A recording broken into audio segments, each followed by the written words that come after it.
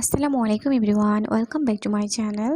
তো আবার চলে এলাম বন্ধুরা তোমাদের সাথে একটি নতুন রেসিপি নিয়ে। তো আজকে আমি তোমাদের সাথে শেয়ার করব পারফেক্ট ছানার রসগোল্লা, কিভাবে সহজে নরম তুলতুলে রসগোল্লা তৈরি করা যায়।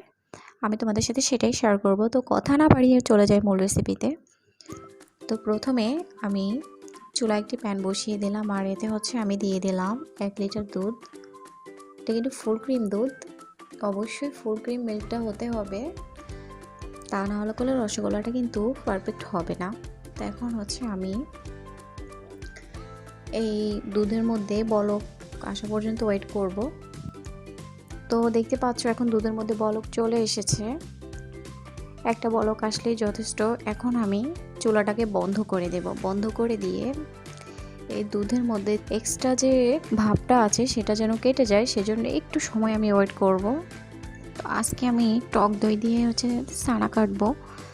তো এখানে আমি 1 কাপ পরিমাণ টক দই নিয়ে নিয়েছি। দইটাকে আমি খুব ভালোভাবে ফেটিয়ে নিয়েছি।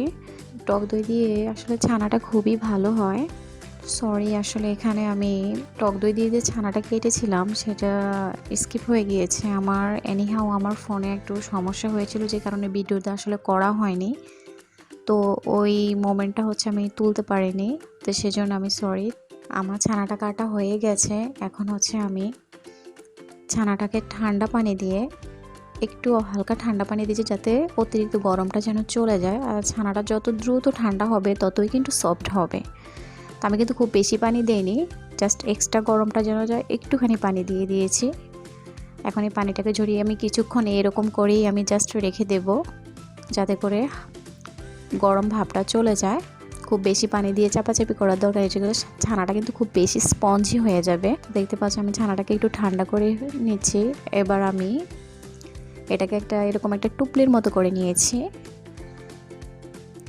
যাতে করে পানিগুলো, যে এক্সট্রা পানিটা থাকে সেটা যেন ঝরে যায়। আমি এরকম উপর থেকে জাস্ট একটু চেপে চেপে, আমি কিন্তু ছানার উপরে চাপ দিচ্ছি না, এরকম উপর থেকে একটু হালকা চেপে চেপে পানিটা, এক্সট্রা যে পানিটা আছে সেটা বের করে নিই। তা আমি আর বেশি এটাকে এরকম আর চাপাচাপি করব না। এখন আমি এটাকে এভাবে ঝুলিয়ে রাখবো আধা ঘন্টা থেকে 40 মিনিট পর্যন্ত। তোমরা চাইলে এর চেয়ে বেশি সময় করে রাখতে পারো। তো এখন এই পর্যায়ে আমি শিরাটা করে নিচ্ছি। এখন চুলায় আমি দিয়ে দিয়েছি 1.5 কাপ পরিমাণ চিনি আর 5 কাপের মতো পানি দিয়েছি আমি। শিরাতে জাস্ট একটা বলক চলে আসলে আমি এটাকে রেখে দেব, ঢেকে রেখে দেব। যেহেতু রসগোল্লাগুলো কিন্তু তৈরি করা হয়ে গেলে ওটা কিন্তু খুব বেশি সময় ধরে ওয়েট করা যাবে না, সেজন্য আমি শিরাটা আগেই করে রাখছি, যেন বলগুলো বানানো হওয়ার সাথে সাথে এর মধ্যে দিয়ে দেওয়া যায়। তো দেখতে পাচ্ছ শিরা আমার বলক চলে এসেছে। এখন আমি এটাকে এভাবে রেখে দেব।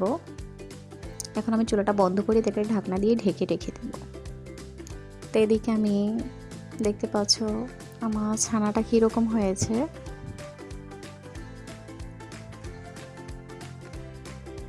এখন আমি এটাকে একটু ভেঙে নেব। ছানাটা কিন্তু আমার এমনিতে দেখতে পাচ্ছ অনেকটাই সফট হয়েছে। আমি এগুলোকে ভেঙে নিয়েছি। এখন আমি এগুলোকে একটু ম্যাশ করে নেব। সেটা আমি খুব আলতো হাতে, এভাবে খুব বেশি জোরে জোরে ডলে ডলে কিন্তু একদম করা যাবে না, তাহলে কিন্তু ছানাটা শক্ত হয়ে যাবে। তো এখন আমি যেভাবে দেখতে পাচ্ছ হাতের সাহায্যে জাস্ট এভাবে করে ভেতরে যে লাম্পসগুলো আছে সেগুলোকে একটু ভেঙে নেব। এতে করে যেটা হবে, ছানাটা যত বেশি লাম্পসগুলোকে সুন্দরভাবে ভাঙা হবে ততই ছানাটা সফট হবে, আর মিষ্টিগুলো কিন্তু ততই ভালো হবে। খুব বেশি জোরে জোরে করা যাবে না, আলতো হাতে জাস্ট এভাবে করে নিতে হবে।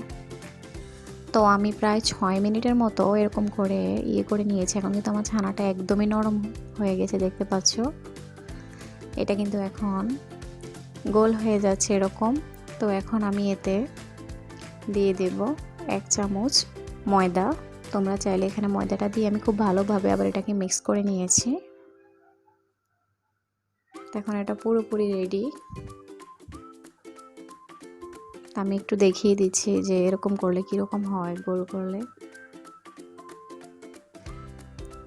দেখতে পাচ্ছ কোনো ফাটল কিন্তু হয়নি, তার মানে এটা পুরোপুরি রেডি। এখন আমি বলগুলো বানিয়ে নেব মিষ্টির জন্যে।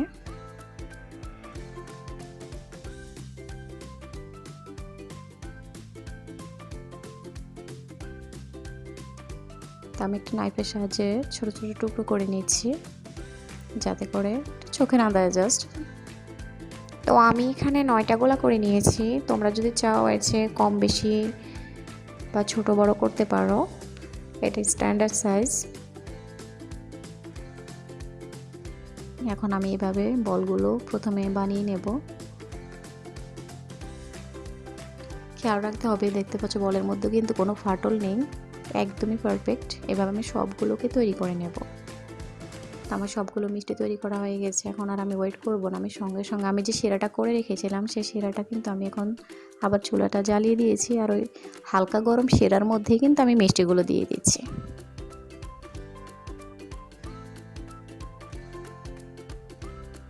এর মধ্যে হচ্ছে আমি ঢাকনা দিয়ে দেব। এখন কিন্তু চুলাটা আমার হাই হিটে আছে, আর অবশ্যই মিষ্টিগুলো হাই হিটে রান্না করে নিতে হবে। এখন ফুল বলক চলে এসেছে, তো এভাবে কিন্তু হাই হিটে জাল করে নিতে হবে, তা না হলে কিন্তু হবে না। তো এখন প্রায় 10 থেকে 15 মিনিট পরে এগুলোর এই অবস্থা। দেখতে পাচ্ছ মিষ্টিগুলো কিন্তু অনেকটাই ফুলে গেছে। তো এভাবে আমি হাতলটা ধরে একটু একটু নেড়ে দিচ্ছি জাস্ট।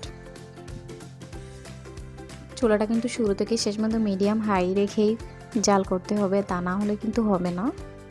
তো এই পর্যায়ে কিন্তু আমি প্রায় 20 মিনিট পর ঢাকনাটা একটু খুলে দিয়ে এগুলোকে এরকম একটু নেড়ে দিচ্ছি, যাতে করে এপিঠ ওপিঠ খুব ভালোভাবে শিরার মধ্যে যায়। এখন আমি আবার ঢাকনা দিয়ে রান্না করে নেব। তো এই পর্যায়ে আমার মিষ্টিগুলো প্রায় হয়ে গেছে। আমি প্রায় 40 মিনিট ধরে এগুলোকে মিডিয়াম হাইটে ঢাকনা দিয়ে জ্বালিয়েছি। তো এই পর্যায়ে আমার মনে হচ্ছে মিষ্টিগুলো কিন্তু হয়ে গেছে। তো আমি একটু চেক করে নিচ্ছি যে হয়েছে কি না। তো মিষ্টিটা হয়েছে কি না সেটা চেক করার জন্যে আমি একটা বাটিতে ঠান্ডা পানি নিয়ে নিয়েছি। যে ঠান্ডা পানির মধ্যে মিষ্টিটা যখন ছেড়ে দিয়েছি, মিষ্টিটা কিন্তু পুরোপুরি ডুবে গেছে, দেখতে পাচ্ছ। তার মানে আমার মিষ্টিটা পুরোপুরি কুক হয়ে গেছে। এখন আমি চুলাটা বন্ধ করে দেবো, আর এগুলোকে একটা বাটিতে রেখে দেবো 7 ঘন্টা থেকে 8 ঘন্টার জন্যে। তো ফিরে আসছি প্রায় 8 ঘন্টা পর। এখন দেখতে পাচ্ছ আমার মিষ্টিগুলো রস খেয়ে একদমই তুলতুলে হয়ে গেছে। তো এখন আমি এগুলোকে শিরা থেকে তুলে নেব। তো দেখতে পাচ্ছ আমার রসগোল্লা কেমন হয়েছে। এগুলো দেখতে যতটা সুন্দর হয়েছে, একদমই গুলটু গুলটু, আমার কাছে তো খুবই ভালো লেগেছে। সত্যি বলতে রসগোল্লা কিন্তু খুবই সুন্দর হয়েছে, দেখতে যতটা সুন্দর খেতে কিন্তু তার চেয়ে আরও অনেক বেশি ভালো লেগেছে। তো তোমাদের কাছে যদি রেসিপিটি ভালো লাগে তাহলে একটা লাইক দিয়ে দিও, আর তোমাদের ফ্রেন্ডস অ্যান্ড ফ্যামিলির সাথে শেয়ার করতে পারো। আর যারা এখনও আমার চ্যানেলটিকে সাবস্ক্রাইব করোনি তারা সাবস্ক্রাইব করো, এবং পাশে থাকা বেল বাটনটিকে প্রেস করে দাও, যেন আমার রেসিপির নতুন নতুন আপডেটগুলো তোমাদের কাছে পৌঁছে যায়। তো আজকের মতো বিদায় নিচ্ছি, আল্লাহ হাফেজ।